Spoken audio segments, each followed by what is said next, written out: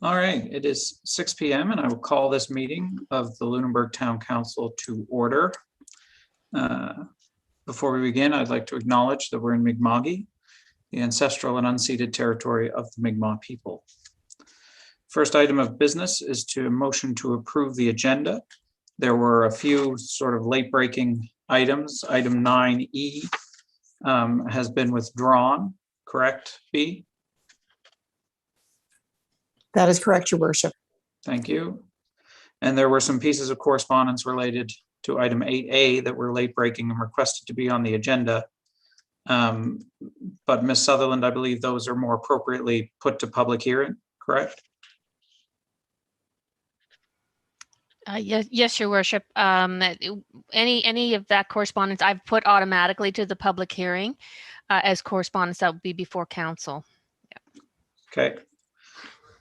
Is that okay with council? Okay, thank you. All right, with those two items out of the way, I will look for a motion to approve the agenda as presented. Moved by Councillor Duggan, seconded by Councillor Sanford. Are there any additions or deletions to note? Seeing none, all those in favor? Opposed, motion's carried. That takes us on to the June 8th, 2021 council meeting minutes. I would look for a motion to approve those as circulated. Moved by the Deputy Mayor, seconded by Councillor Birtles. Any errors or omissions to note? Councillor Sanford. I left the meeting at 7:20, but it wasn't noted that I returned at 7:45. Okay. So I'm assuming we can take that amendment with unanimous consent. I think Okay. it notes that she returned at 7:46, Your Worship. Should it be, I'll amend it to 7:45. Okay. 46 is good. All right. Perfect. All right. All those in favor? Opposed? Motion's carried. We have no public hearings, presentations, or questions. There is a piece of correspondence related to a 60-day public engagement from the province regarding the Sustainable Development Goals Act. So just noting that for council's benefit.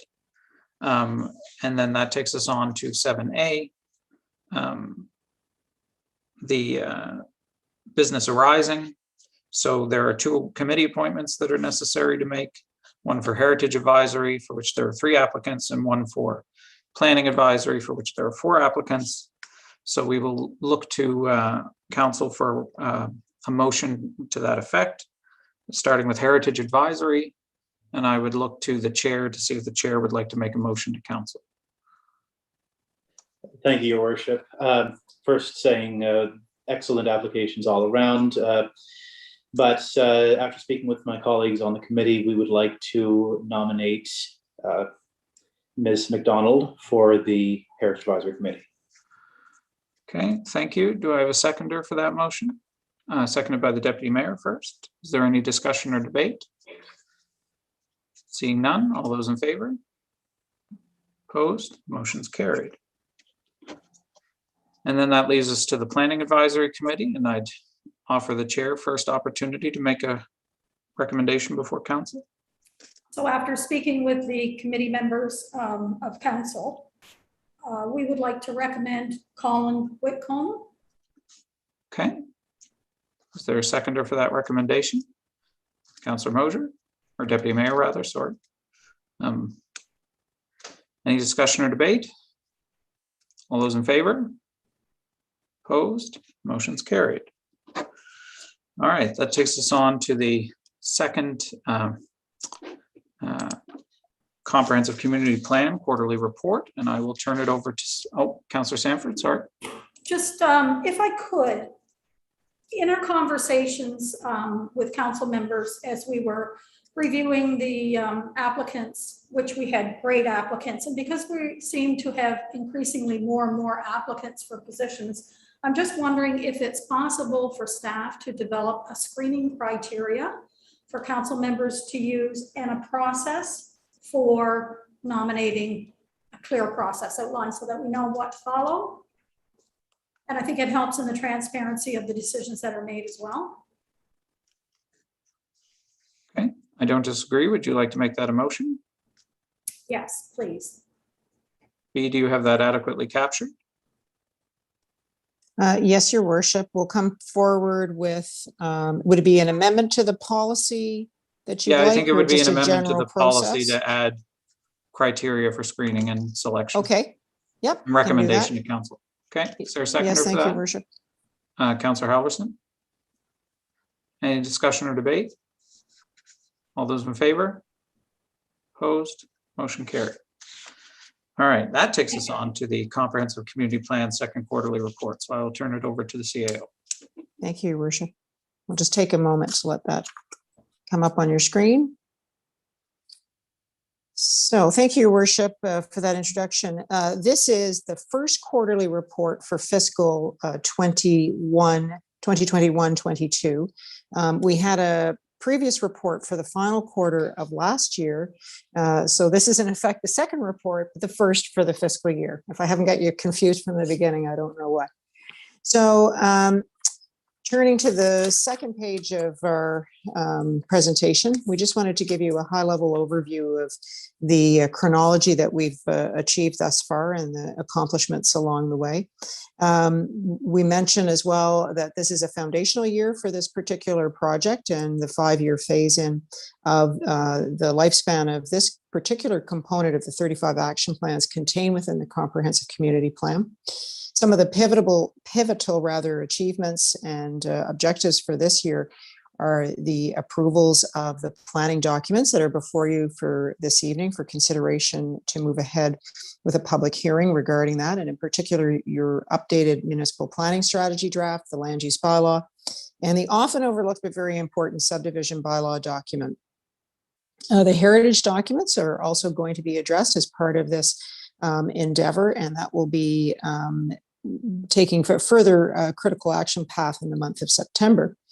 And as we know as well, also included within this high-level status overview is the completion of the town budget reflective of the comprehensive community plan action items incorporated in that, and the recent approval on June 8th of the annual work plan, the first that we have since accomplished for the new comprehensive community plan. And that is our guiding document or roadmap for the year ahead, with the critical goals and objectives for staff and council to achieve together.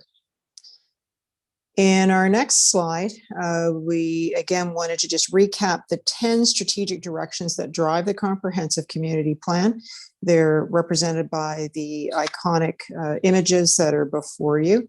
And this particular component of the report addresses the first year, of course, and Heather is next going to review the Gantt chart summary that we prepared for you at your request that highlights and compresses the various action items and includes the representative red line as to where we are in our accomplishments thus far year to date. And she'll go through some of the other slides that are included outlining the 35 action items.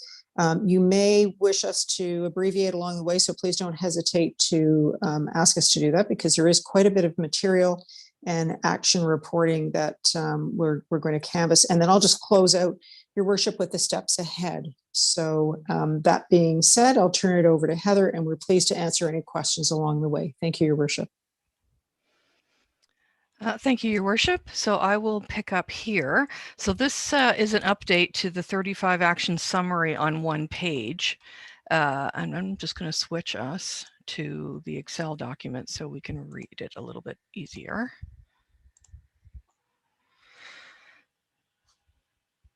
So again, green refers to anything that is in progress. Different shades indicate different phases, and yellow are items that are not yet going forward. So what you'll see here is, so most of the items on the chart show our red line of where we are, right where we should be at the end of June. So most items are in progress and on schedule. You will see that there are several that are back here at the end of March. So those are a couple of items that required the passage of the budget in order to fund the projects. So now that that has happened and the work plan has been approved, those items are now moving ahead. So we'll see that line move in the next quarter. There's also a couple of items like this one, which is the organizational review, for example, this and the economic development person that had initially been projected to be next fiscal year, but that was then approved for this fiscal year. So on some of those items, we're well ahead of the game. So that's kind of the top line overview of the line. Is there any immediate questions about this? Thank you, Heather. Any questions? Or should we save them for the end? Yep. I think we'll save them for the end. Okay. So again, here's the overview. Okay. So then getting into the strategic directions. So community structure, Action 8 was enabled by the budget and is a project of the finance director and facilities superintendent that they are collaborating on. Action 10 is tied to the planning documents, but some preliminary planning work was funded in the budget for the 21-22, such as surveying, legal title, and a bit of preliminary engineering. Again, I'm just going to go over this at a fairly high level, so by all means stop me if you have a question. Housing. So as we've discussed before, housing is not something that the town builds, but we can set the lay of the land to make building easier and more inviting. Having said that, the town did contribute $29,200 to the Regional Housing Corporation this year for the annual support of subsidized housing that the town does each year. But most of these housing items are tied to the planning documents as they are the enabling functions. So many of these are tied to that. Action 20 is really about relationships with different stakeholders, and this kind of work is already underway. Some of this work, such as long-term residency and analyzing supply and demand and demographic trends, will also be to some degree supported by the new economic development manager when that person is in place.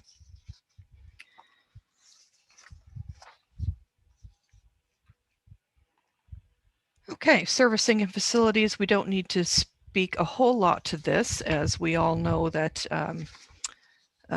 items 1 and 2 are the upgrades to the wastewater system, and we are aware that a couple of interim reports have been given around that. So, and there's another one to come later in the month of June, and we should expect a final report in July. Action 6 is a good example of how some of the existing operational priorities dovetailed with CCP, as some needed maintenance projects tie into the future use planning for the town facilities, such as some of the repairs to Town Hall and the arena that are coming up this year. Mobility, Action 30 is another good example of how some existing planned work like the Back Harbor Trail resurfacing fits within the CCP objectives for active transportation connectivity. And we do have our partners at Bicycle Nova Scotia may have a summer project in town, but that will take shape. There may be something for the next council meeting. The recreation director is working with them on that.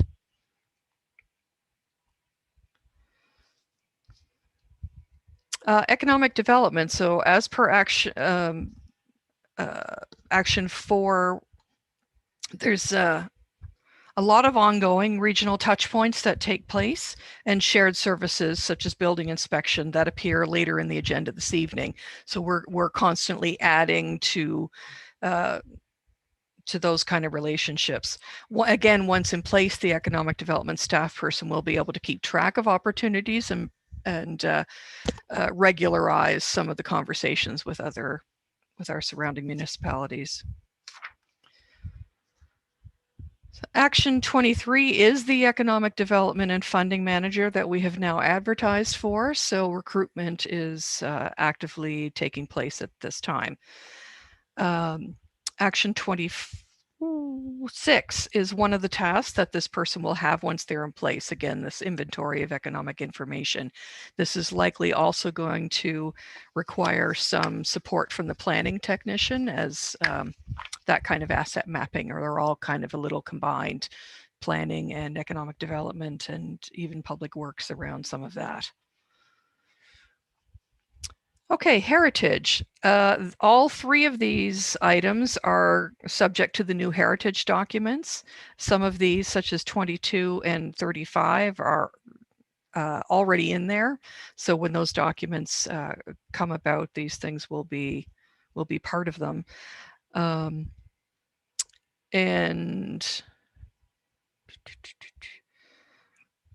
And if it's not the heritage documents, this one, for example, will relate to the town's accessibility action plan, which is based on the approved Lunenburg County one.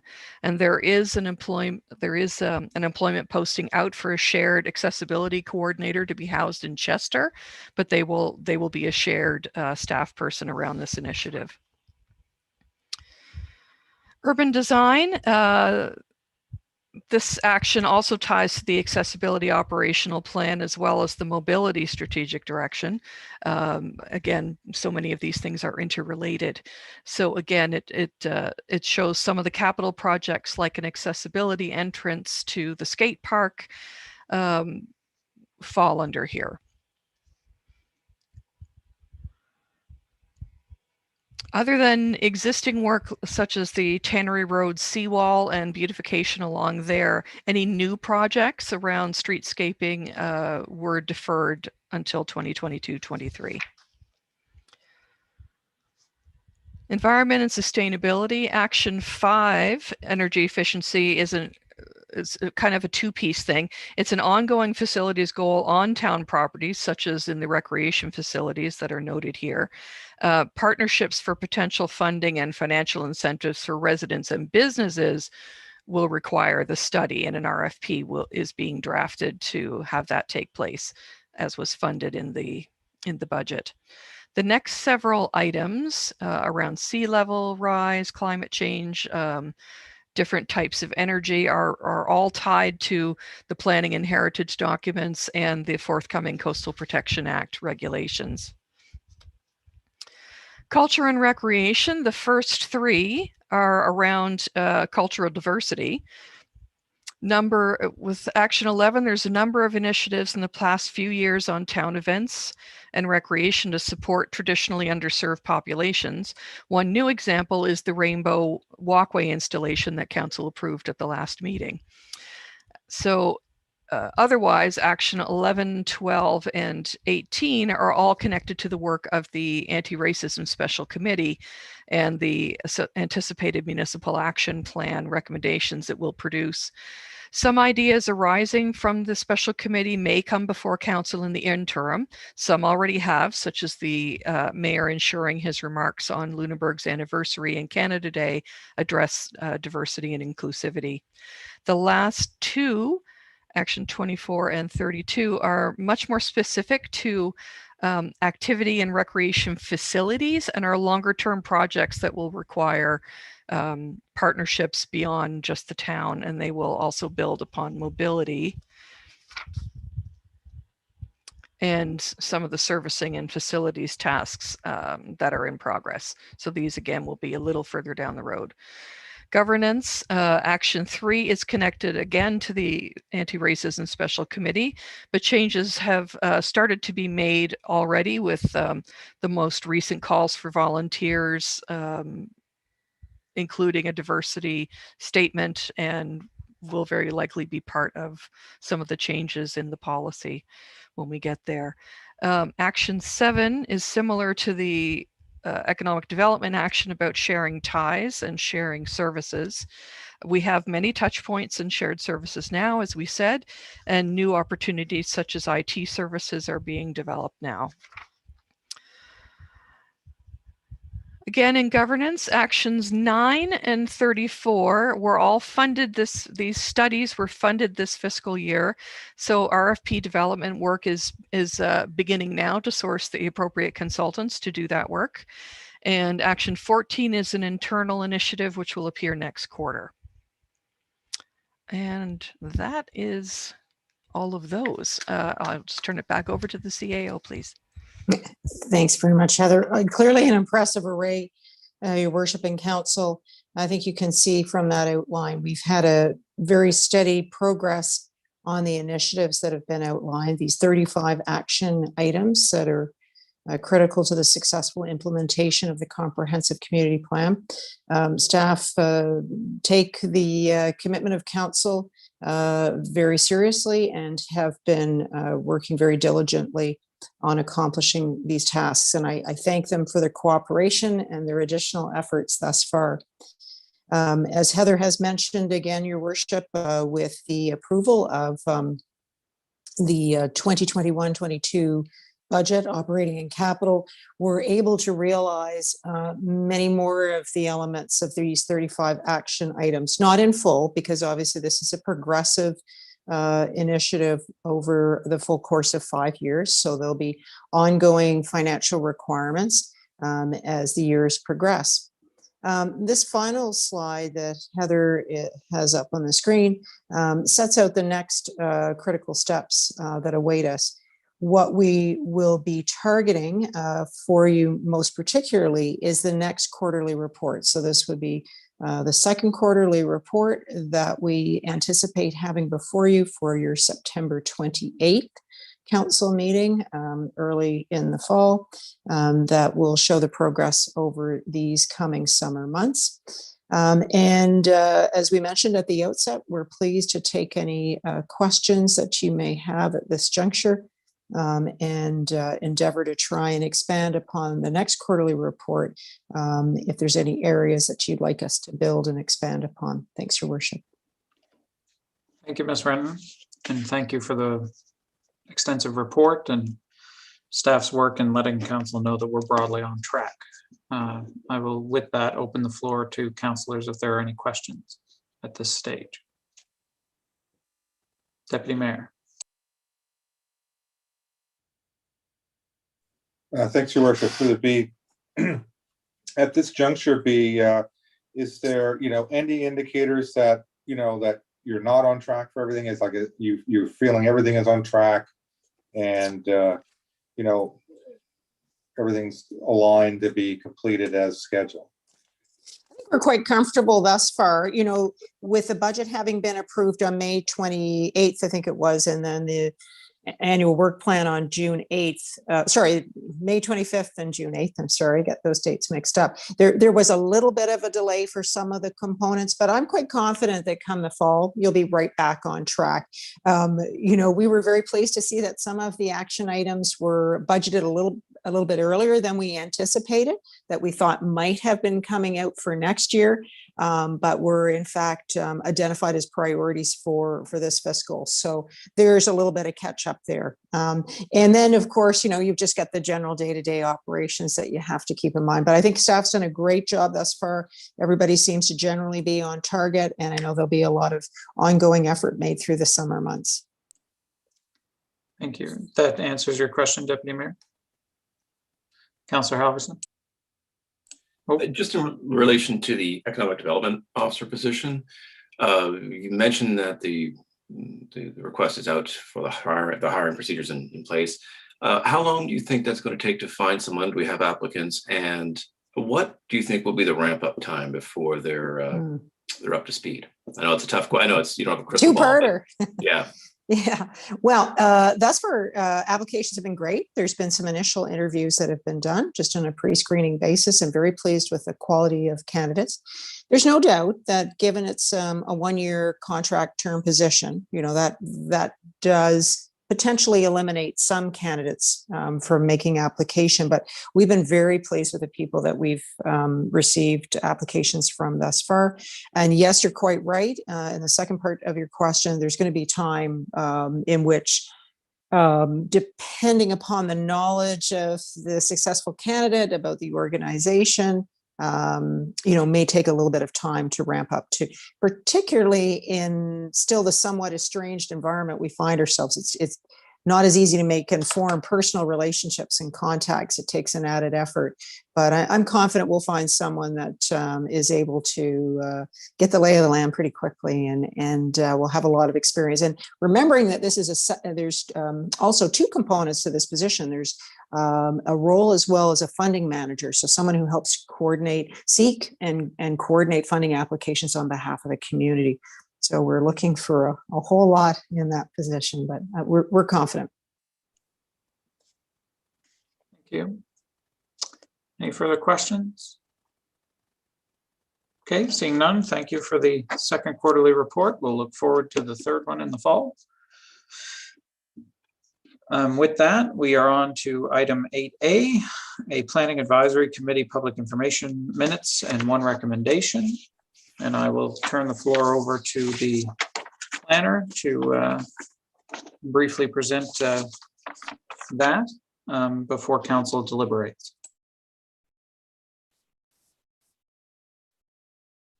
Matt, was it me or was it Dawn you wanted? Sorry. Sorry, Dawn's there and I think she wants okay. to present. Yeah. Sorry. No worries. I'm just going to switch my screen here. Oh my goodness. Maybe Heather, can you run that for me?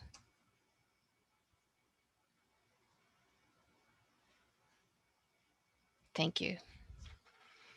Awesome, thank you. So this is very similar to the public information meeting presentation, but I'm going to go through it all because it has to go through council. So Heather, if you could go the second one. It's for the amendment to the development agreement at 101 Masons Beach Road. So this is our process. It's been through the Planning Advisory Committee meeting. They had an information meeting. We had advertisements. We sent our letters out to everybody within 100 feet. You have the minutes with the issues in them in your agenda package today. So the public participation process is now complete. So it's properly before council. This evening, we're at first reading. So this is our notice of intention to amend or not amend or refuse the application. So it's important to note today for people that are watching that at this point, council doesn't have the ability to stop the process. Whatever council decides at first reading has to go forward to public hearing. Council cannot stop it under the MGA, Municipal Government Act now. So whatever council decides must go forward to public hearing, and we've had it set for July 27th.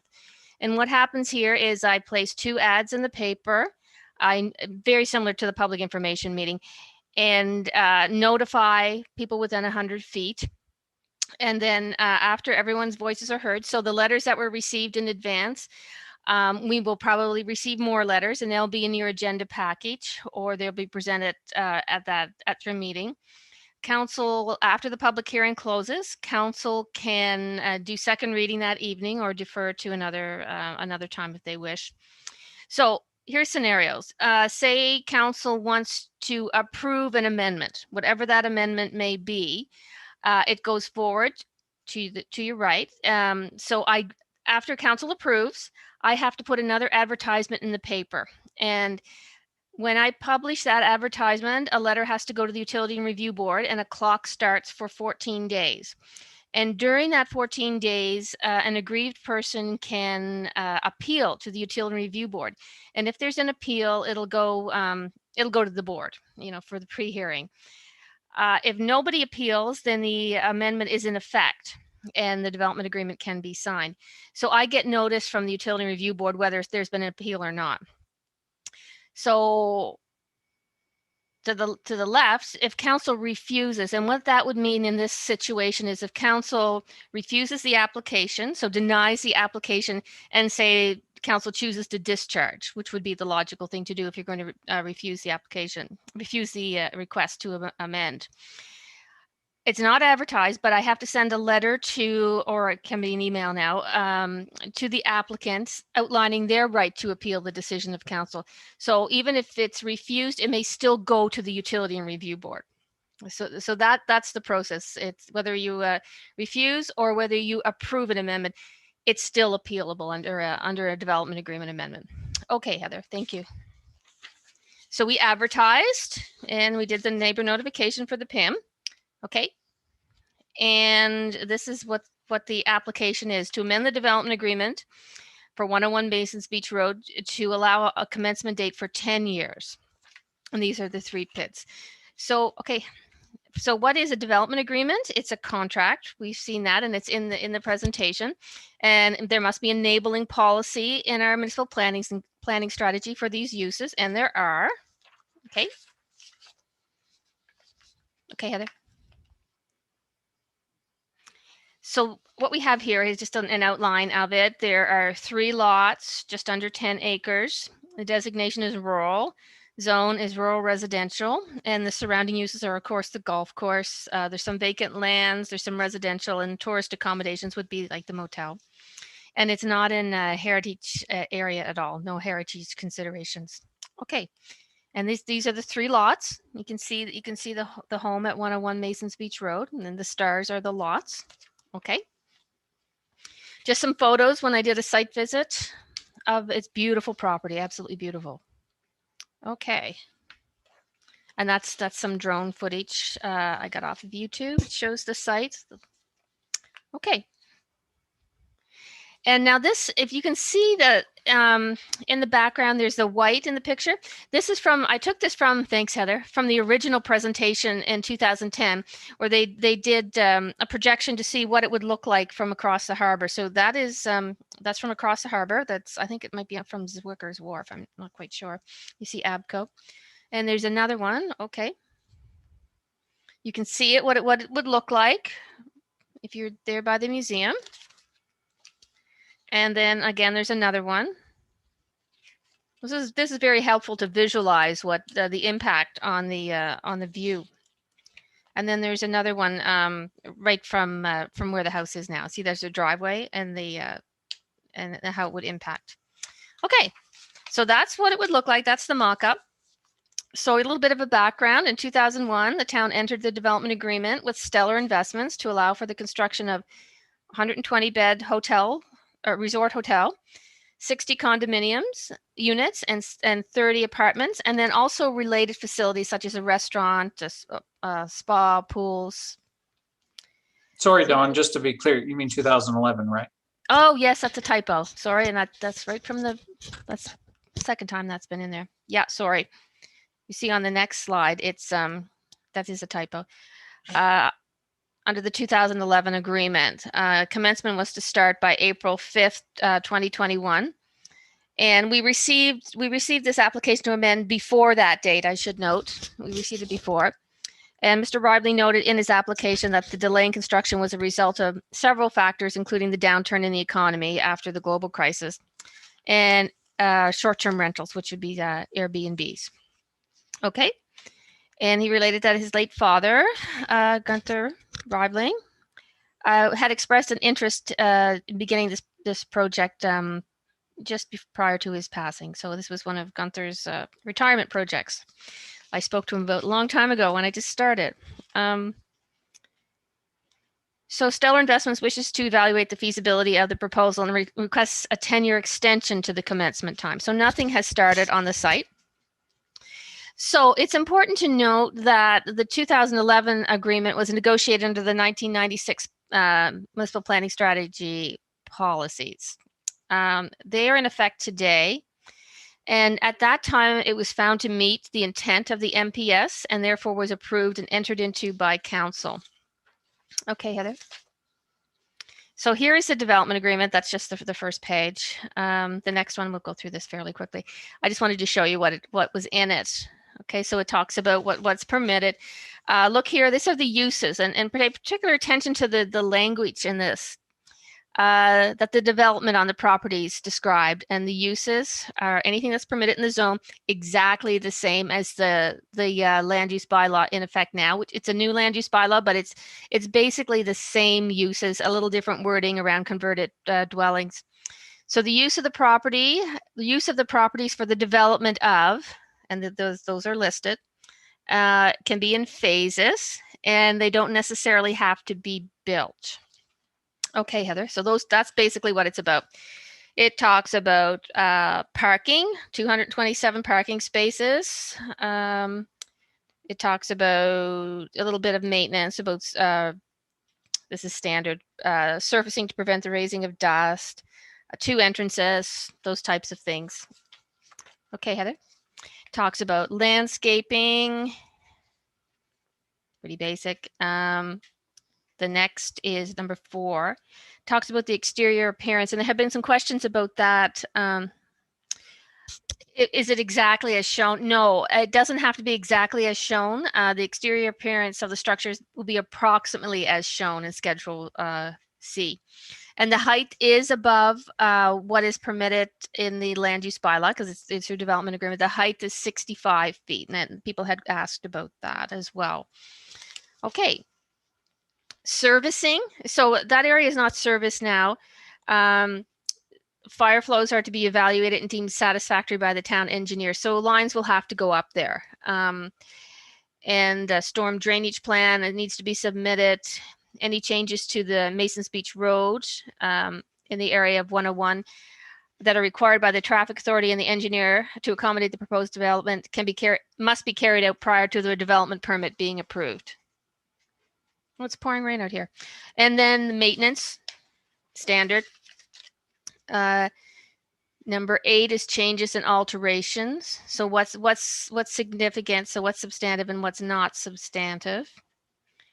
Okay, so this is the termination of the agreement. So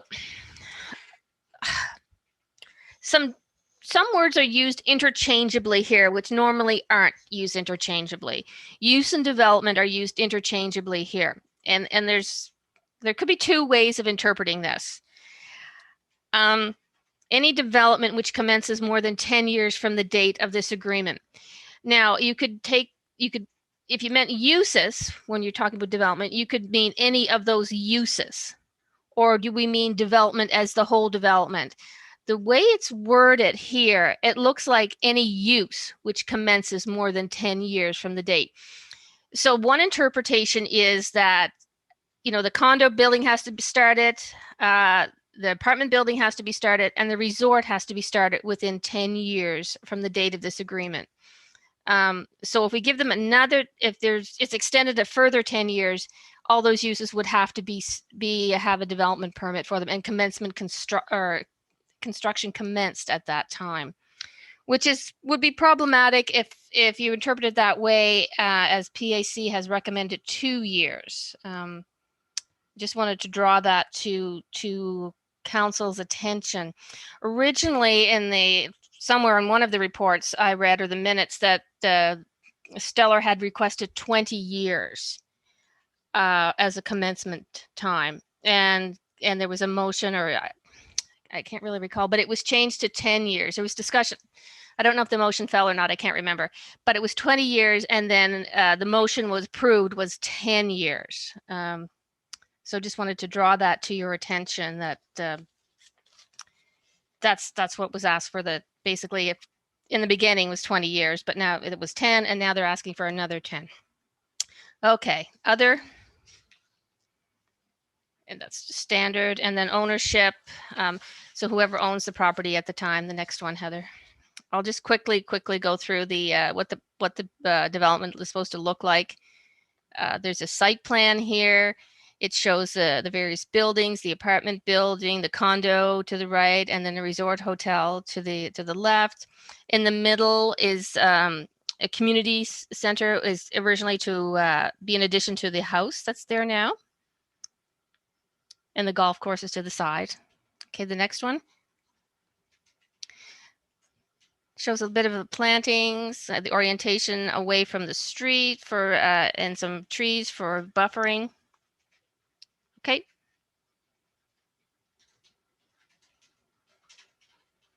Again, the same type of thing. It shows a little bit more of the design. Okay. Here's an aerial, a mock-up of it. And all the parking is all underground. I should have added that. Okay, Heather. More concept. This is from the original. This is from the development agreement itself. I'm sorry. Okay, so that's the fitness center. Another view from the side. So it's a fairly large structure. The condominium is, or the resort hotel is a fairly large structure. Okay, it's just pouring rain here in Kentville. Again, aerial, another aerial. The skyline.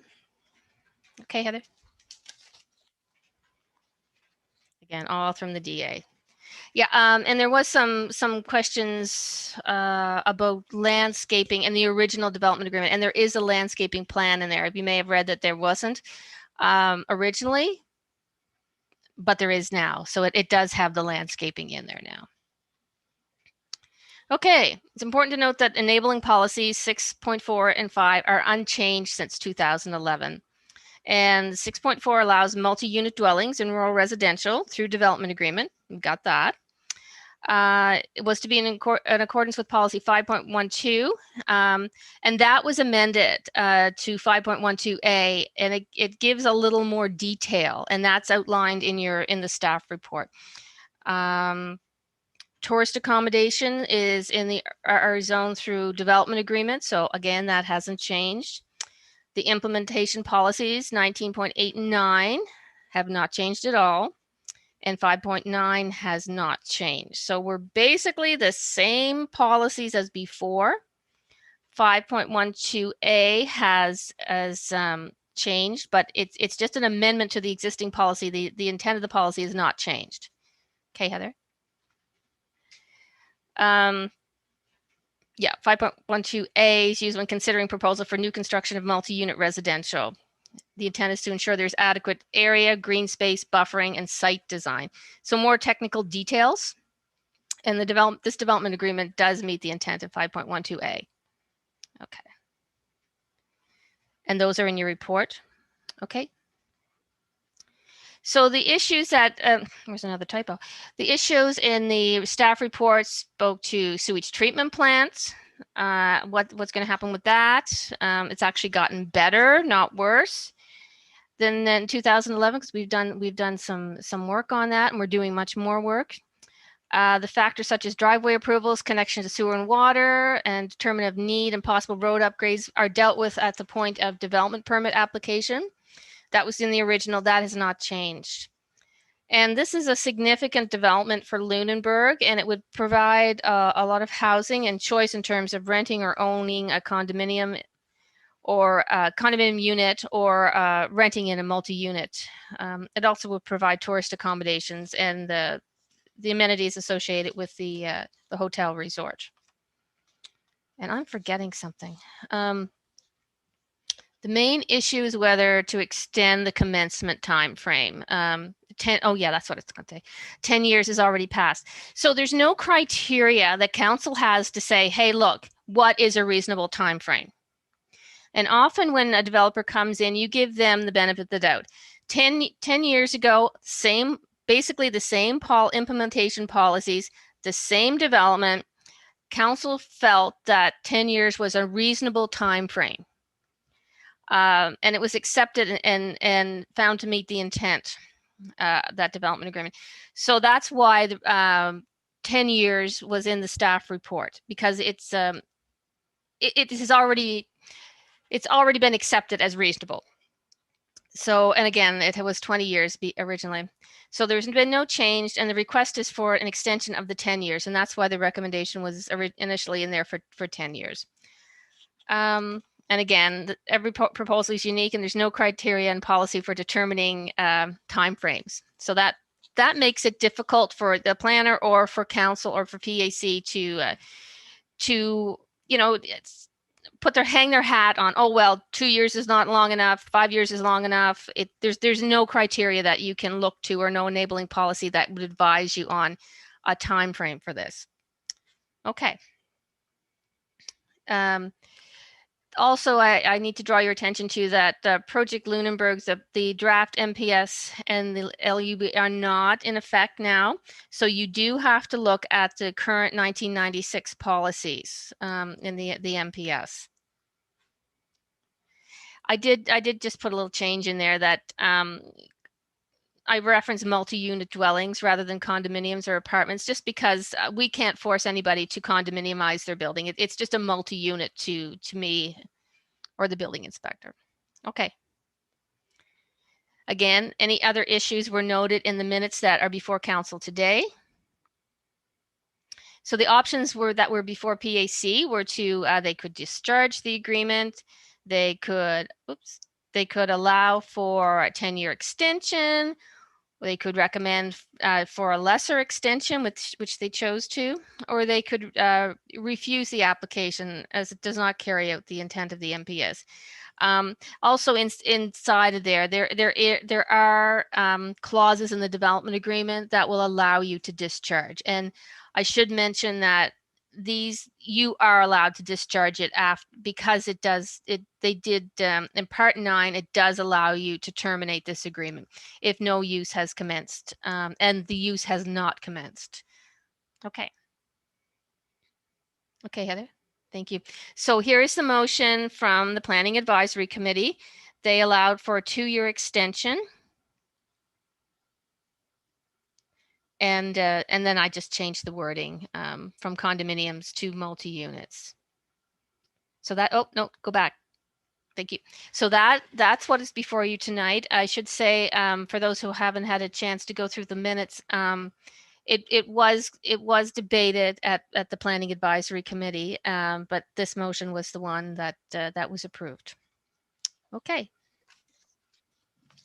No, go back, please. Just stay there. Thank you, Dawn. So I will open the floor to councillors if they have questions of Dawn prior to the commencement of deliberation.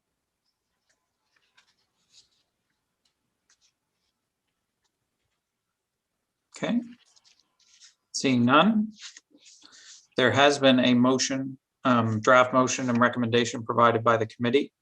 I would offer that somebody can move and second that. Before I do, I'd just like to note, Dawn, that council reserves the right to amend that motion however would like. Yes, absolutely. Yeah. Yeah. No, I just want councilors to be aware of that. So with that, there is a draft motion provided, and I will open the floor to see if it's anybody's pleasure to move and or second that. Would anybody like to move the recommendation as circulated?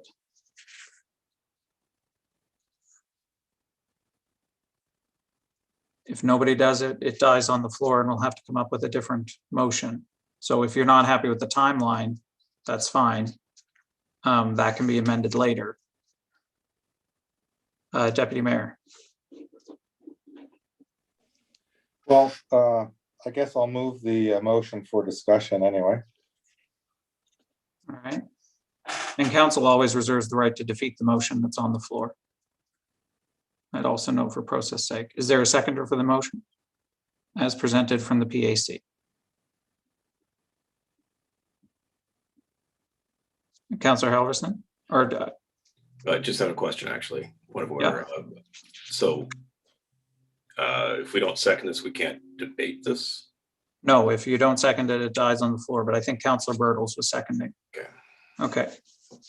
All right, so then the motion on the floor is the PAC recommendation, which is for a 2-year extension. So council has the option of either amending that if it's council's pleasure to do so, or of defeating the motion, or of passing it as it's presented.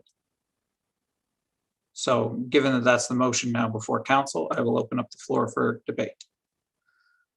Is anyone wishing to speak? Deputy Mayor. Thank you, Worship. Well, normally I'm very pro-development. However, I did take notice that the PAC committee certainly struggled on moving it forward or discharging it. It's probably become more complicated over time. So, the issues seem to be no less or no more contentious than they probably were at the beginning. I guess I look forward. I mean, it sounds reasonable. I guess the motion, the recommendation was reasonable after listening to the discussion from the committee. So, that's where I would I'd have no problem moving this forward, and it's still open for, you know, a public forum, and I know I'd look forward to more input from the public. Thank you, Deputy Mayor. I had Councillor Duggan and then Councillor Halverson.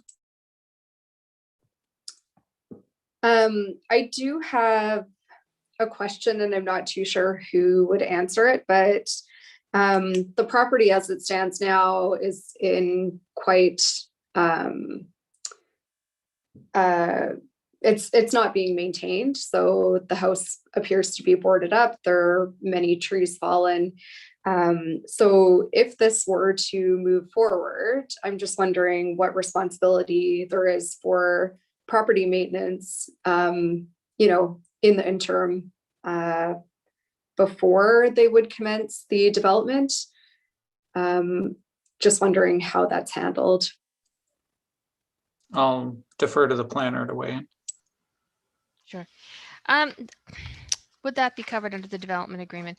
There is a clause in there for maintenance. It usually refers to maintenance of the actual development. I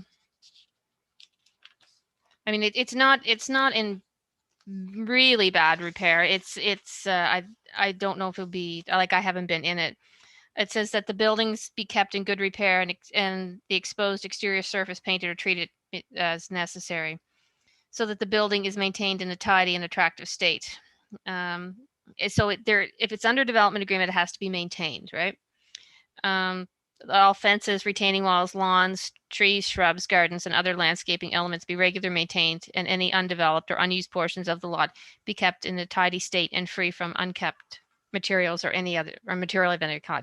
So there are maintenance clauses in the development agreement. Usually we refer to once the building is up, though, not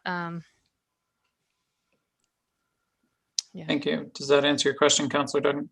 So it doesn't really. I mean, do they then have a responsibility to maintain that property in the meantime? I mean, will it just sit in the state that it's in until they decide to develop, if that does happen? It could. It's boarded up now. We don't have the ability to force them to start to build, right? Because they would have the time frame. So our jurisdiction sort of, like, if it's not built by this time, it's not commenced. If these three uses are not commenced, well, then we can discharge. And then, you know, if it's under a different bylaw, if you don't have a development agreement on it, it would be like, is it dangerous and unsightly? Those types of things. It's not there. It's not dangerous and unsightly yet. It's boarded up. It's secure. When I was up there last time, I mean, it hasn't been, nobody's been living in it for sure, but and I don't know the condition of it now. Okay, I do have a second question, but I'm happy to wait until. Okay, Councillor Halverson. Actually, I'm quite happy to let Councillor Duggan finish your second question before I have quite a list here, so I'm quite happy to wait. Okay. So I don't think that this was ever quite explained, and I'm still confused about it, but who's responsible for the cost of the roads, entrances, services, all of the stuff that will need to go to the lot, Right. In order for the development to go forward? Right. So the town is under no obligation to upgrade their road. So if the way it works is if the town engineer wants upgrades to it, that would be the responsibility of the proponent to do that. And if they don't do it, they don't get their access permit. Like, it's just as simple as that. If you need a certain size road, or you need your water and sewer up there, the town is under no obligation to do that. That's on the proponent to do that. I mean, could we cost share? Perhaps, if council wanted to do something like that, but you're not obliged to do it. So it's the developer. Okay, thank you very much. Thank you, Councillor Halverson. Thank you, Your Worship. So yes, it was quite a lively discussion we had at PAC about this. I think what I'd like to start out by saying is that I'm interested in working with developers who are keen to move forward in Lunenburg. When Don says there's no criteria to advise on timeframes here, that's obviously true. But we have the unique perspective at this point to be able to look back in time, 10 years, and to see what's been done. And from what I've seen with this group of developers, nothing's been done. I mean, are we going to be looking at this again in another 10 years for another extension? I know it's a rhetorical question, and I apologize, but when I look back 10 years and I don't see any headway made on this project, it causes me concern. We want to see development happen. We want housing put up here. Hotels and whatever else they want to put in. I mean, I'm not here to judge what their business model is. That's fine. If they want to put a convention center up there, I mean, we've all seen what's going on downtown Halifax. I wouldn't put a nickel into a convention center at this point, given what's going on. But I have concerns when I have a partner who, points at a downturn in the economy in 2008 and the rise of short-term rentals. Well, I mean, those are all unexpected things. COVID was unexpected. What's going to happen in 2 years? We don't know. The vaccine is going to stop working, and then all of a sudden we're back into a pandemic.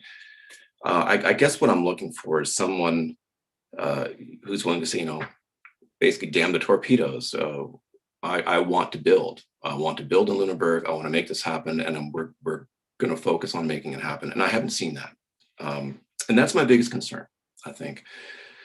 Which is why, I look at this as like a mega project, which seems out of date. We've all seen the correspondence from some of the citizens and some of the concerns have been addressed, and that's one of them too. Is that it seems like it's a project that's 10 years out of time. That's just my opinion. Of course, council's free to express theirs, but I'll bring it back to my point, which is I want a partner who's keen to move forward. And given the history, I don't see that. I feel like at this point, they've had 10 years of runway. The contract has run its course. We've held up our end. We could have canceled this 5 years ago, but we gave them the full duration of the contract, and it's still sitting up there with nothing happening. So I'm of the opinion that we discharge this agreement, move forward, and we move forward and allow them to move forward with something else as well. So that's my piece. So I'll turn it over to someone else. Thank you, Councillor Halverson. Any other councillors looking to weigh in at this juncture? Councillor Sanford. I'd just like to say thank you to all of the community members that submitted some feedback with regards to this. And I think as councillors, it's on us to make informed decisions. So all of the various perspectives have helped to inform, I'm thinking, the decisions that will be made tonight. So I just want to say thank you to the community.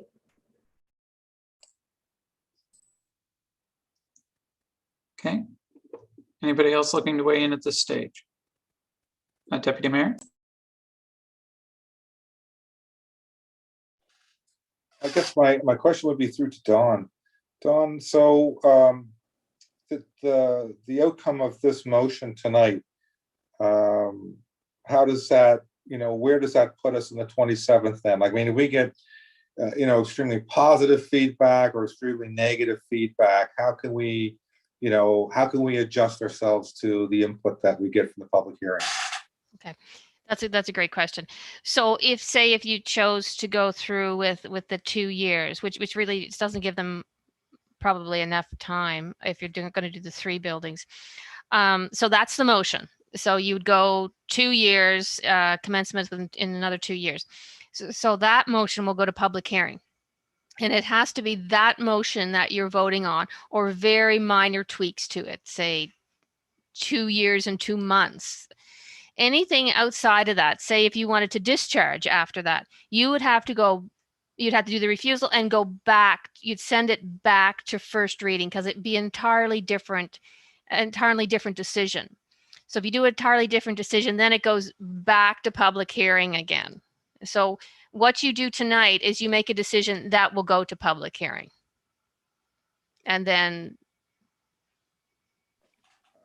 What would happen if we discharged it tonight, we'd say we want to discharge tonight.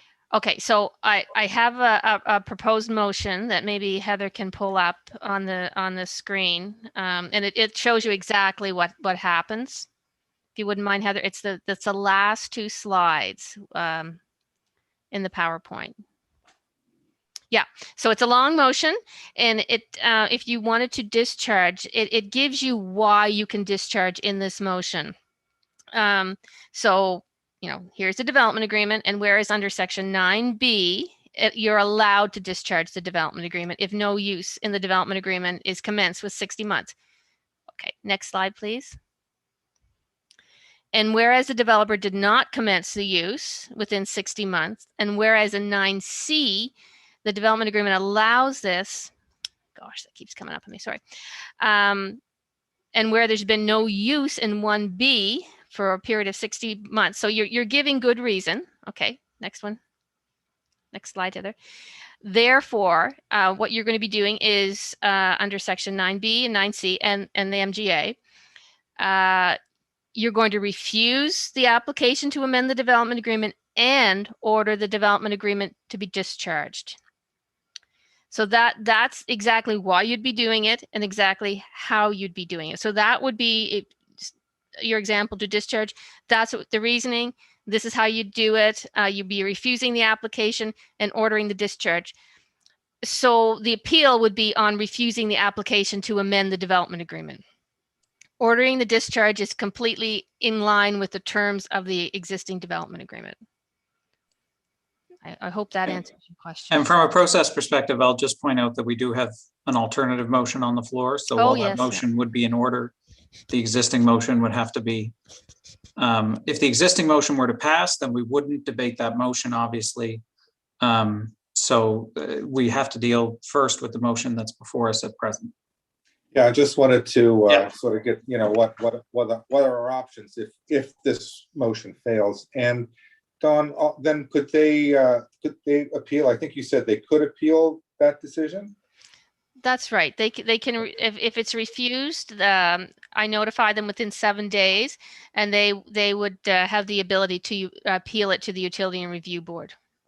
And then sorry. And with that decision, so then what would the utility board come back? We'd have to start all over again, or no, they'd go to pre-hearing and then they do their thing. Yeah, they usually speak to whether it meets the intent or not. The intent of the MPS, yeah. And then to what degree does it ever come back? And what degree does it come back to council again?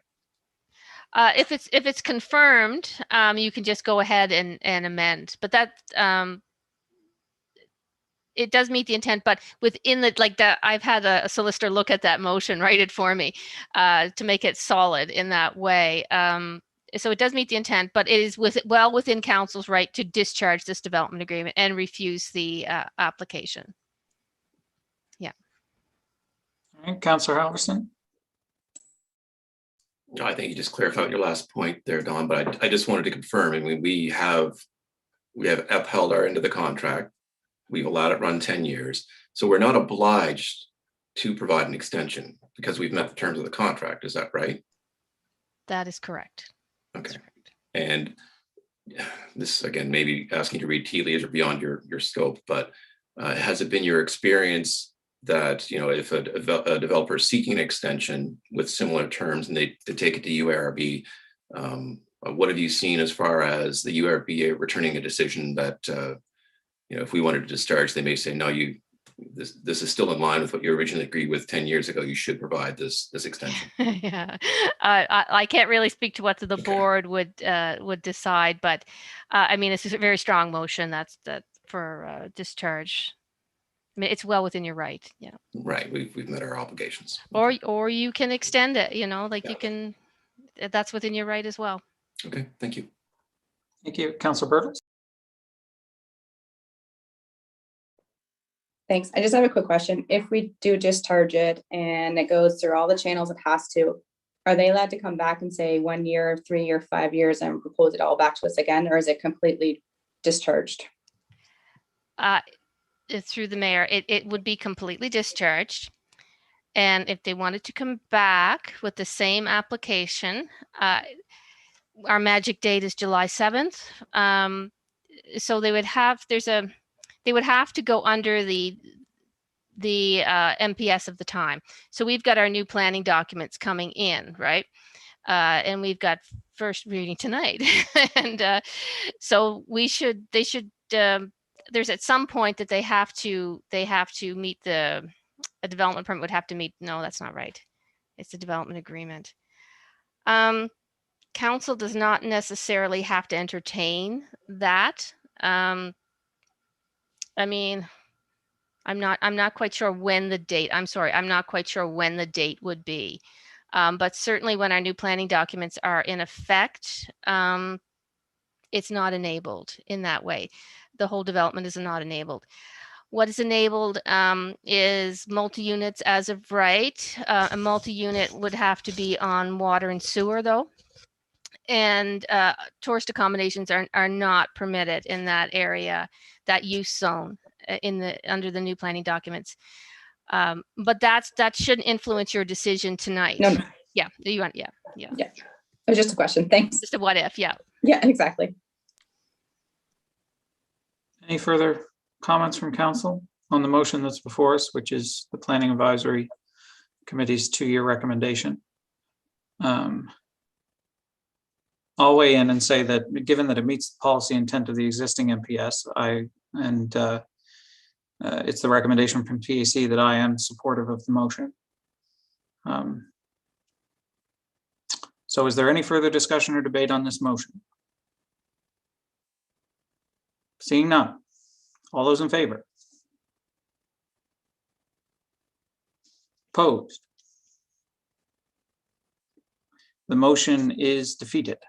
The deputy mayor and I, just for the minutes, voting in favor, and the rest of council voting in the negative. Councillor Halverson. Is it at this point in order that it would be appropriate to make a new motion? Yes. All right, well, in that case, I would like to make the motion to discharge the agreement as per the what we've gotten, that Dawn has provided. And Councillor Sanford seconding that. Okay. So Dawn, perhaps just for council's clarification, you can walk through the, or is everybody clear on what that motion is, having read it before? Your worship, it hasn't been before council before. I can read the motion to you if Okay. you'd like. That'd be Okay, good. so this is a motion for discharge. Whereas the town of Lunenburg entered into a development agreement with Stellar Investments, the developer, dated April 5th, 2011, which agreement was recorded at the Land Registration Office for Lunenburg County on April 13th, 2011, as document number 98133185, the development agreement. And whereas Section 9B of the development agreement allows for the town to discharge the development agreement if no use described in the development agreement is commenced within 60 months of the date of the development agreement. And whereas the developer did not commence the use described in the development agreement within 60 months of the date of the development agreement. And whereas Section 9C of the development agreement allows the town to discharge the development agreement if there has been no use described in Section 1B of the development agreement for a period of 60 months or longer. And whereas there has been no use described in Section 1B of the development agreement for a period of 60 months or longer. Now, therefore, Town Council, by virtue of Section 229, subsection 2 of the Municipal Government Act, Nova Scotia, Section 9B and C of the development agreement, and every other power and authority vested in this behalf, refuses the application to amend the development agreement and orders that the development agreement is discharged effective as of the date hereof and is no longer of any force or effect. And then the date. Okay, so just reconfirming, that is the motion, Councillors Halverson and Sanford, that you wish to move in second. That's the motion I wish to make. Thank you. Okay. There's open to discussion or debate, but I think we've discussed or debated. But if anybody has any final thoughts to raise? Your worship, it's B speaking. I've not been in a situation like this before, so I'm curious at this juncture to introduce such a disparate motion that the applicant may not have previously been aware of. And I did not speak with the solicitor in regards to this. With all due respect to Ms. Halverson, to the planning and development manager, this has caught me a little bit unaware, and I wonder if we could just recess slightly just to get an opinion on that, Your Worship. This is a matter that is potentially appealable, so I am a tad concerned.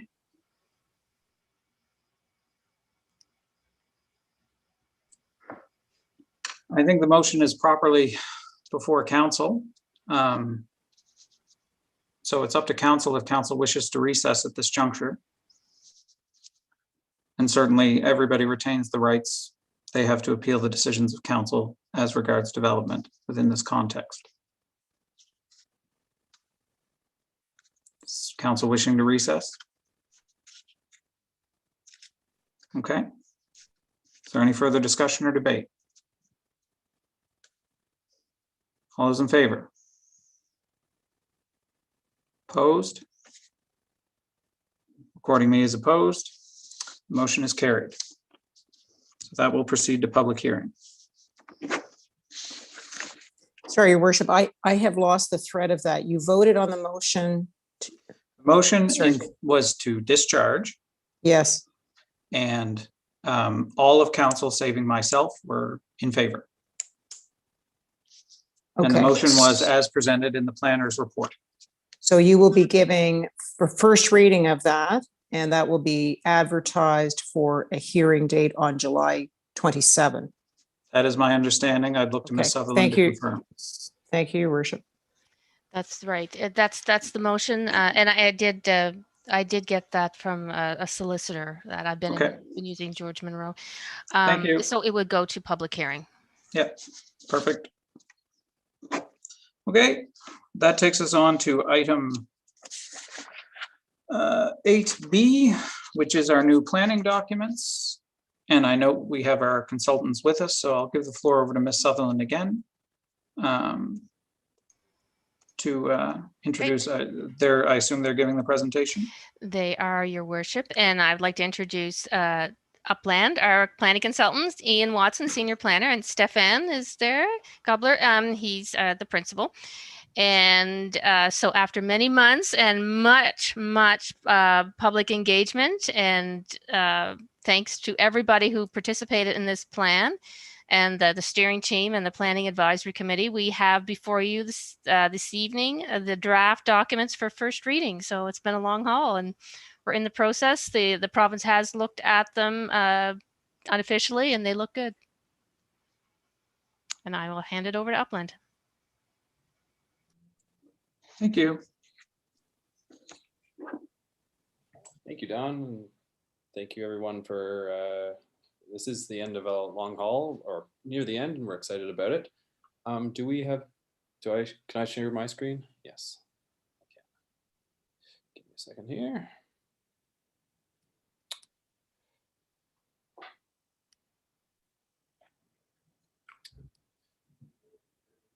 So, as Don mentioned, I am Ian Watson, senior planner with Upland, and I'm here with Stefan, one of our principals. And this is the first reading presentation for the draft planning documents coming out of Lunenburg. I've shortened up this presentation a little bit, as many of the members have seen this at least 4 times now. But I've certainly we're certainly able to go into further depth on any topic that catches anybody's eye who wants to ask more or hasn't seen this previously. So what we're here to discuss tonight is the municipal planning strategy draft, land use bylaw draft, and subdivision bylaw draft. And these are coming out of the comprehensive community plan, which I'd be very surprised if you had not heard of it. I don't know, sweetie, but so, sorry, everyone. I gotta. The comprehensive community plan is, was just a second, kiddo. I need you to be quiet for about 20 minutes, okay? I'll find it for you after, okay? Sorry about that. So the comprehensive community plan was about a year and a half of work with extensive public engagement, and the documents that we're going to talk about tonight enact some of the directions that come out of that plan. So as we were looking back at the comprehensive community plan, the engagement was done there, and you know, all the preliminary work that went into that as well. There was a number of key issues that came up: housing, a working waterfront, sustainable infrastructure, a changing climate, and living heritage. And these are all issues that tie into land use and planning. So they're kind of key issues identified in the draft municipal planning strategy, and the hope is that we address a lot of these through the policies and regulations that we've set out. A little bit overview here. Traditionally in Nova Scotia with planning, you kind of have the municipal planning strategy, which is the policy, and then the land use bylaws that, you know, have the regulations and the zoning. And you traditionally have one type of zone. You're in the, you know, for example, the R1 zone, which tends to be low density residential, or you're in the downtown commercial or whatever it may be.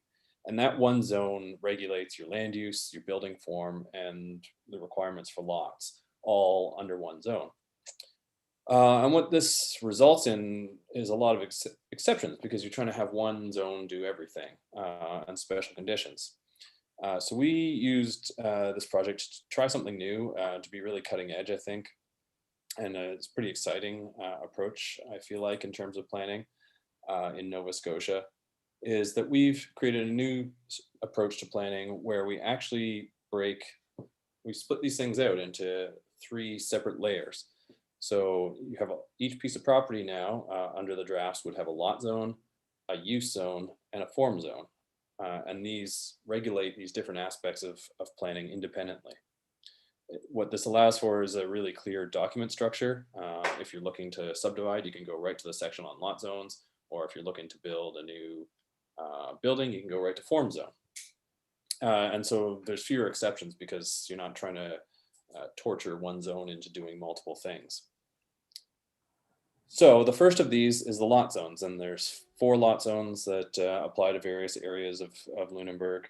There's a map that shows them, and they attempt to recognize and reinforce the lot patterns that you see in Lunenburg, Old Town, New Town, other areas. And then lot zone 4 addresses, you know, those unique cases, shipyards, parks that don't fit the traditional kind of rectangular box. And so you figure out your lot zone, and you look, and you can see exactly what kind of standards you need to create new lots in that zone. Minimum lot size, maximum lot size is something we've implemented through these drafts for the lot zone 1, which primarily applies to Old Town. And that zone, and the purpose of that is recognizing that Old Town is, you know, part of what makes it really special is the fine-grained nature of it. And this avoids lot consolidation, someone buying up a whole block, consolidating them into one mega lot, and fundamentally changing that fine-grained nature. Similarly, there's a maximum lot frontage that's in lot zone 1. Tied to lot zones and to the creation of lots and subdivision, you have infrastructure. So the draft documents have a number of key items in them. One is the requirement for development to connect to sewer and water where those are available. You have those lines in the ground, you know, as we're seeing. Found it good. As we've seen in the work plan previously tonight, you know, there's a lot of investment going into those systems in the near future. So, you know, making sure we use them to their fullest. There's now a prohibition on new private roads to utilize the town's infrastructure to the fullest. We've also created so tied to these documents is the subdivision bylaw and also the subdivision regulation, or sorry, the subdivision standards. So that includes standards for pipe sizes, sidewalk widths, all of those things.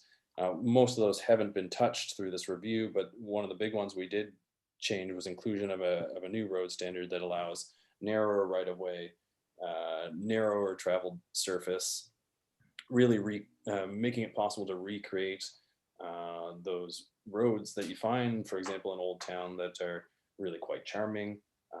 The feature that makes Lunenburg very attractive and walkable, and are roads that are not necessarily possible to build in a lot of modern standards, because we've really focused on moving cars rather than moving people. So there's new standards in there that allow a smaller, more fine-grained and also more affordable approach to road building. We've also updated the parkland dedication requirements to prioritize access to the coast, to prioritize acquiring new land in areas where there aren't existing parks, and then in the areas where there are existing parks, to prioritize cash dedications to, rather than having new parks, to have money to reinvest into existing facilities. So the next step, so that's all lots and infrastructure. The next piece is use. So again, there's a map that has all of the use zones in it that apply to the various properties, and a property owner could look up and see if they're in the lower density residential or the mixed use commercial mixed use zone, and that tells them what types of uses are permitted on a property. So within the land use bylaw, there's a whole bunch of tables. It makes it really simple. You can see that if you're in the residential lower density zone, you can have dwellings up to 2 units. You can have bed and breakfasts, but you can't have a nursing home.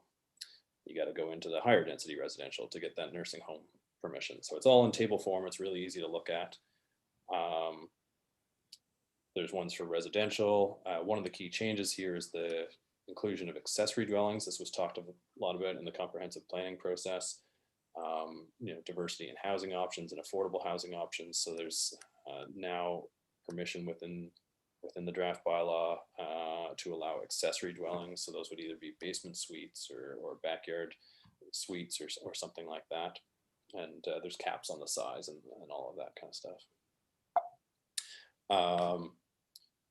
I won't go through all the tables, but one thing I did want to highlight is one of the major changes we've seen with the draft documents, or that we've implemented with the draft documents, is really removing the use of development agreements for a lot of uses. So one of the few exceptions is heavy industrial. There's a case where you really want to get down into the nitty gritty of how it's operated to consider how that affects the community. But because we have this 3-layer structure of planning, we can control a lot of the things that you would normally control with the development agreement on a really fine-grained scale, just through the way we apply the different zones. So it was kind of felt that maybe there wasn't that need there for that extra process. So we use them where they're really they're the best tool, but in others, most other situations, it's you're just permitted if you meet all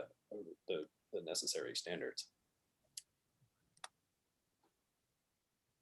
Also related to land use, we've eliminated minimum parking requirements for the number of automobile parking spaces. There was already exceptions in Old Town. Residential uses developers tend to provide what's needed. And then the other commercial places along Victoria Road, the lots are large and there's lots of room there to accommodate parking. So it again, being a little cutting edge here, I think, and moving to an approach where we don't necessarily prioritize the car from a policy perspective. People can certainly choose to do that on their own as developers and property owners, to meet their own needs for exactly what their needs are. On the flip side, we have implemented minimum bicycle parking requirements. They're very basic, mostly related to restaurant uses, hospitality uses. We're seeing cycling increases is both from a practical point of view, recreational point of view, and also tourism point of view. And people are more and more expecting these facilities, and they're not yet happening in an organic manner, an organic approach. So that I think there's some room there for a little policy push to have that happen. The third layer of all of this is, of course, form. So, what we did is we took a look at the existing areas in Lunenburg, at the evolution of the community over time. I think that's one of the things that's really special about Lunenburg is you can see that history in the buildings and the way that this laid out. And there's very distinct areas of town. So we took a look at that, and you might recall there was a 3D model made of the whole town, and you can really see the differences in terms of scale of building, lot coverage, how much how much area is left open from buildings and how much is covered by buildings, and it really defines different areas of town. So in line with that, we've created form zones. Again, there's a fairly simple map, a form zoning map, and a property owner can look and say, oh, I'm in the community form zone, or the Old Town 1 form zone, or the Old Town 2. And that dictates what you can do in terms of the size and placement of buildings, independent of the other aspects of development. So again, we tried as much as possible to put things in tables, keep it really simple. And you can see, for example, in the Old Town 1 zone, we have no minimum setback on the front, no side setback. That really, and there's also a maximum front setback, keeping people close to the street, really reinforcing that very fine-grained urban experience that you get in Old Town. Whereas when you perhaps go to New Town 1, where there's larger lots, it's more garden-ish, you have larger front setbacks, larger allowances for buildings further from the street, you can start to get into side setbacks, kind of thing. So again, these are all intended to reinforce the physical character, the form of the different areas of town. We also, tied to form zones, have building massing. So this affects the heights of buildings, and in some cases, the maximum footprint and ground floor height. So, most of these heights are pretty consistent with what you already find in your existing land use bylaw. The marine zone's a little bigger, recognizing that there's a need there for boat sheds and that kind of thing that are quite large. But the big change here, and the one that's really worth highlighting, is this Main Street zone. So this is primarily along Victoria Road. And the direction from the comprehensive community plan here was to really shift this from a drive-through area to a Main Street area, kind of much more urban and people focused. So along here, there's a maximum height of 20.5 meters that corresponds to about 6 stories. It also takes advantage of the new building code that allows 6 stories of wood, which hopefully wood prices drop and actually make that make sense. But also in this zone, there's a minimum height that corresponds to about 3 stories to provide that sense of enclosure, that sense of a Main Street location. Along here, there's also a minimum ground floor height of 4 meters. What this really enables is a very flexible ground floor space, so that buildings can be reutilized for retail or for restaurants. The space is in there for things like changing the HVAC and all that kind of stuff, to really give long-term life to these buildings. The other feature of this is the street wall height. So that's basically the wall of the building that is adjacent right to the street that you experience as you're walking down the sidewalk. And above that street wall, there's a minimum step back. So the building really kind of has this wall, and then it steps back, and then can continue to go up to its maximum height. And what that does is it allows for taller buildings without feeling too overwhelming. You really experience that street wall as you're a pedestrian, and the step back minimizes the rest of the building. Through the form zones, we also have some controls on site design. The biggest one, of course, being lot coverage. So again, we go back to that 3D model, you can see different areas of town really change in their character based on how much of the lot is open versus how much is covered by buildings. And we did an analysis on the what was existing in all of these areas, and came up with numbers that were pretty in line with that, and allow a little bit of intensification to accommodate the fact that we're now allowing things like accessory dwellings in the backyard. One other major change that kind of arose from the comprehensive community plan is allowances for group dwellings, so or group buildings in general in certain zones. But what this allows is a form called group dwellings. So that's in that case multiple homes on one lot, and that can enable a number of things. It can be bare land condominiums where you own your house, but there's a shared property and maybe shared facilities like a common house. If you've been paying attention to Bridgewater, there's a treehouse co-housing development going on in there, and that would fall under this. It's been used for senior-centric housing, where you have your rental unit and the owner, the landlord, maintains the property. You get the independent living and community living, but still lower maintenance. It could also be used for things like housing co-ops, or really enabling the diversity in housing options that came strongly out of the comprehensive community plan process. Also related to form, and this, I've been talking to the province, and the Coastal Protection Act regulations are still in progress. They are moving forward, so this may be something that comes back in a year or so to be tweaked. But for now, we're plugging that gap of, we're experiencing climate change, and we expect in Lunenburg that sea levels will rise about 1 meter over the next 80 years.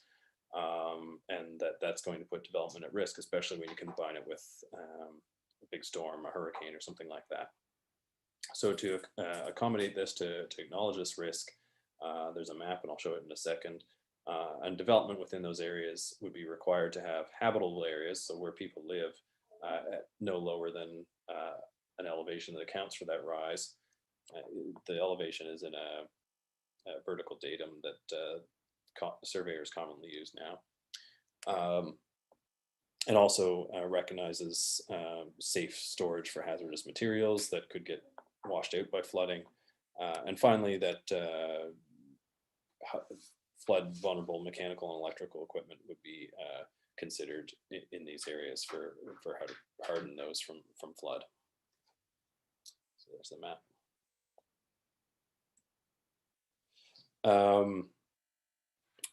The other aspect of form, of course, is heritage and architectural control, and I think, as was mentioned in your earlier item on work plan, there is a project ramping up basically to review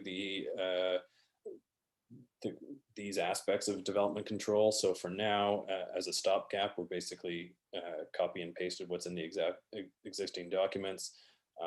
They're there, easily removable or changeable or whatever may come out of that heritage bylaw project. So you'll see changes to this potentially further down the road, and for now, no change. Also with these documents, we've updated the definitions of necessary, and one of our key goals in all of this is usability, and not just by planners and lawyers, but hopefully by the wider public. So putting in things like supporting illustrations where they're effective and useful. That's a flag lot illustration. So that's kind of the high level overview of everything that's gone into these documents and some of the key changes that they implement. The next steps in this case, if acceptable to council, would be to give this first reading tonight and host a public hearing and second reading potentially in July at your July meeting. And if at that point council deigns to approve the documents, they would then be sent to the province for review against the statements of provincial interest. As Dawn mentioned, she sent them off for a kind of informal review, and we're getting good vibes from that. So we don't expect it to be a big time sink or barrier, but that is a step that happens before these go into effect. Okay. Thank you, Ian. Dawn, did you want to follow up and speak to the motions that you provided for council on this? Sure. I actually got them backwards. The first one would be, so you have, there's documents in place, so you would repeal the documents and then our old documents, and then you put the new ones in place. So I got these backwards. Moved and seconded that first reading for the proposed repeal of the Town of Lunenburg's 1996 municipal planning strategy, the 2013 land use bylaw, and the 2007 subdivision bylaw with specifications to be scheduled and advertised for further consideration on July 27th. So that's a repeal motion, and I can read the first reading for these new documents would be proposed motion is moved and seconded first reading, scheduling and advertising of a public hearing on July 27th for the proposed adoption and public input regarding the draft municipal planning strategy, land use bylaw, draft subdivision bylaw, and draft specifications for subdivision dated June 2nd, 2021, save for minor substantive changes as posted on the Project Lunenburg website. So minor substantive changes, your worship, would be just minor, you know, if there was a tweaking of a definition or page numbers, but no major policy would be changed between now and then. Sorry, and you meant non-substantive as Yes. it reads in the motion, yes. Yes. Okay. All right, so we'll deal with these then in reverse order, if that's appropriate. So the second one, to repeal our existing land use documents. The motion has been provided. I know we've all discussed this quite a bit. Councillor Sanford moving. Is there a seconder? Deputy Mayor. Any discussion or debate on the motion to repeal? Seeing none. All those in favor?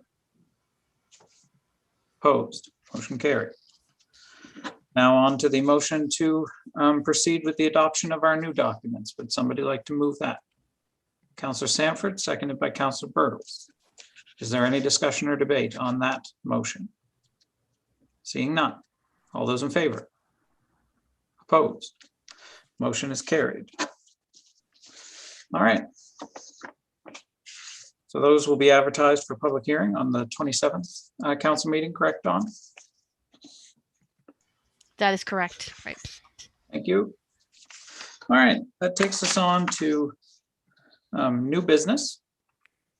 And the first item of new business is the appointment, proposed appointment of a town building official pursuant to the Building Code Act. There is a motion provided. Is anyone on staff looking to speak to that? Ms. Renton? Your worship, this is a requirement of the Nova Scotia Building Code Act because it is a statutory appointment that only council can approve. They have trained a gentleman, Mr. Wynot, to be a certified building inspector. And because we obtain our services for building inspection through the municipality of the District of Lunenburg through a joint services contract, it is necessary for your council to formally appoint Mr. Wynot to the statutory position on behalf of the council so he can carry out his duties here. Thank you. Thank you. Would somebody like to move that motion as presented? Moved by Councillor Duggan, seconded by Councillor Halverson. Any discussion or debate? Seeing none, all those in favor? Opposed? Motion is carried. That takes us on to, there's a joint building inspection and planning and implementation steering committee, which requires appointees from council.